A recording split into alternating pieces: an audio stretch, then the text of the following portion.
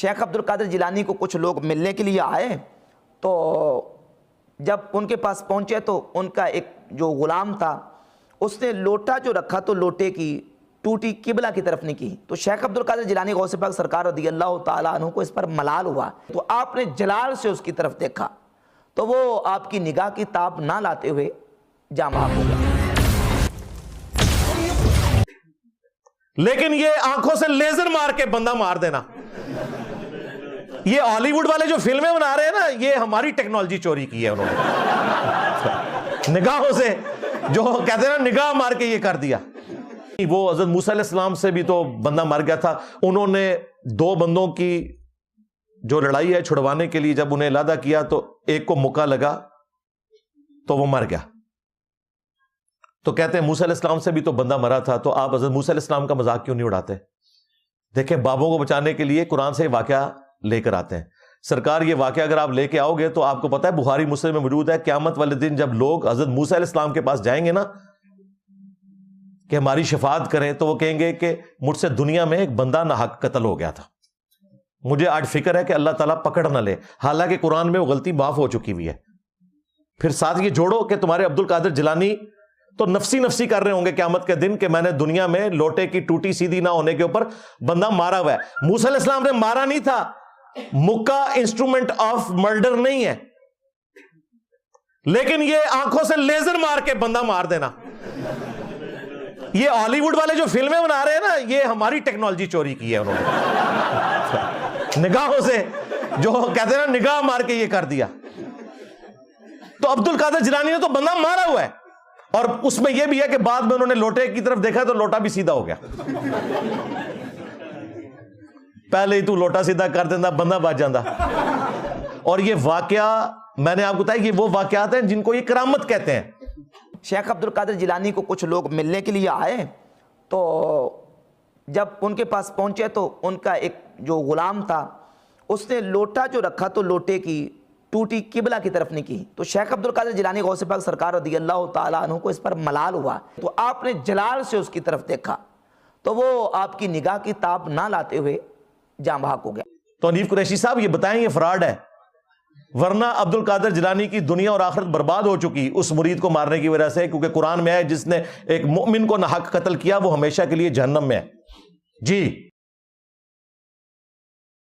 اور بخاری مسلم میں حدیث ہے، انس بن مالک کہتے ہیں میں 10 سال کا بچہ تھا، میری ماں نے رسول اللہ کی خدمت میں مجھے پیش کیا کہ یہ آپ کے گھر کے کام کیا کرے گا۔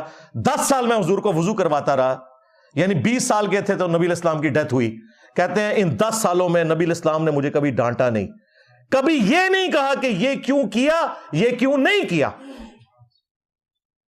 ہمارا پیر وہ ہے کہ جن کے ساتھ جب لوگ اٹیچ ہوتے ہیں تو وہ ان کو ڈانٹتے بھی نہیں ہیں، اور تمہارے پیر کہتے ہیں ہم نبی کے طریقے پہ ہیں، وہ مریدوں کو جلا کر راکھ کر دیتے ہیں۔ لو سامو، میں نے 8 بزرگوں کی 8 کہانیاں پوسٹ مارٹم کیا ہے اس قسم کے واقعات کا۔ یہ وہ واقعات ہیں جو یہ اون کرتے ہیں، یہ وہ نہیں جو کہتے ہیں کتابیں بدل گئی ہیں۔ یہ باپا جانی نے واقعہ لکھا ہے لوٹے کی ٹوٹی والا، چینی جنات کا بادشاہ ایک پمفلٹ لکھا ہے جس میں عبد القادر جیلانی کو انہوں نے بہت بڑا ٹارزن ثابت کیا ہے۔ عبد القادر جیلانی کا کوئی قصور نہیں ہے، یہ انہوں نے مروایا ان کو۔ ہمیں اس سے کوئی غرض نہیں کہ وہ بزرگ تھے یا نہیں تھے، ہمیں ان کی آخرت کے ساتھ غرض ہے جو زندہ ہیں کہ یار عبد القادر جیلانی کے نام کے اوپر یہ ڈرامہ بازی بند کرو۔ 11ویں تو پکا پکا کر کھا رہے ہو، کسی 11ویں کے اوپر عبد القادر جیلانی کی کتاب غنیت الطالبین سے نماز کا طریقہ تو کھول کر بتاؤ۔ ہاں وہ جب طریقہ بتاؤ گے نا پھر ہم وہی بولیں گے جو ہم پہلے بولتے ہیں، کیا حنفی بریلوی، حنفی دیوبندی، حنفی قادیانی بھی حنفی ہیں، بغیر رفع الیدین کے نماز پڑھتے ہیں، اور ہم اس طریقے پہ نماز پڑھتے ہیں جو بخاری مسلم میں لکھا ہے رفع الیدین کے ساتھ رکوع میں جاتے وقت اور رکوع سے اٹھتے وقت، جبکہ تم بغیر رفع الیدین کے نماز پڑھتے ہو اور تمہارا پیر غنیت الطالبین میں نماز کا طریقہ وہی لکھ کر گیا جو بخاری مسلم میں موجود ہے۔ اور ان سے بھی پہلے امام غزالی نے کیمیائے سعادت میں نماز کا طریقہ رفع الیدین کے ساتھ لکھا ہے۔ عبد القادر جیلانی 561 ہجری میں فوت ہوئے اور امام غزالی 505 ہجری میں۔ یہ دونوں بڑے انٹرنیشنل صوفی ہیں، ان سے بڑا صوفی کوئی نہیں ہے پوری دنیا میں. ان کو صوفیوں کا امام مانا جاتا ہے. جس طرح ہم حدیث کا امام امام بخاری امام مسلم کو مانتے ہیں نا، شیخین کہتے ہیں ہم ان کو. صوفیاء کے شیخین اگر کوئی ہے نا تو پہلے نمبر پہ امام غزالی ہے، دوسرے نمبر پہ عبد القادر جیلانی ہے.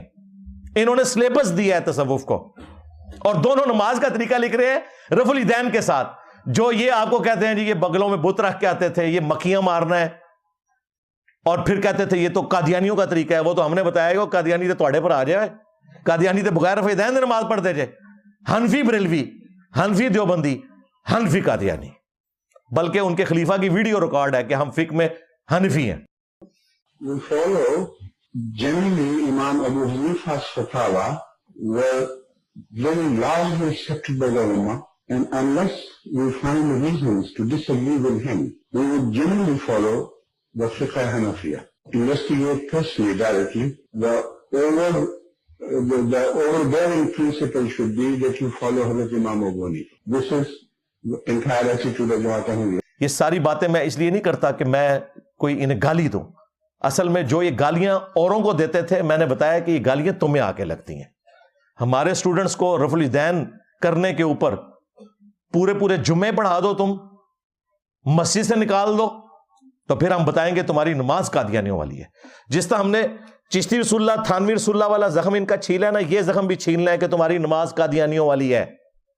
اپنی نماز درست کرو. تمہارے پیران پیر کی نماز درست تھی بخاری مسلم کے مطابق.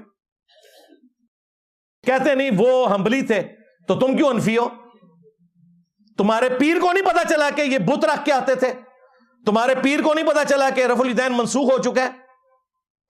جس کے پیر کی نماز ہی درست نہیں ہے وہ مرید خود کیسا ہوگا؟ ان کے اوپر پوری تصوف کھڑی ہے نا.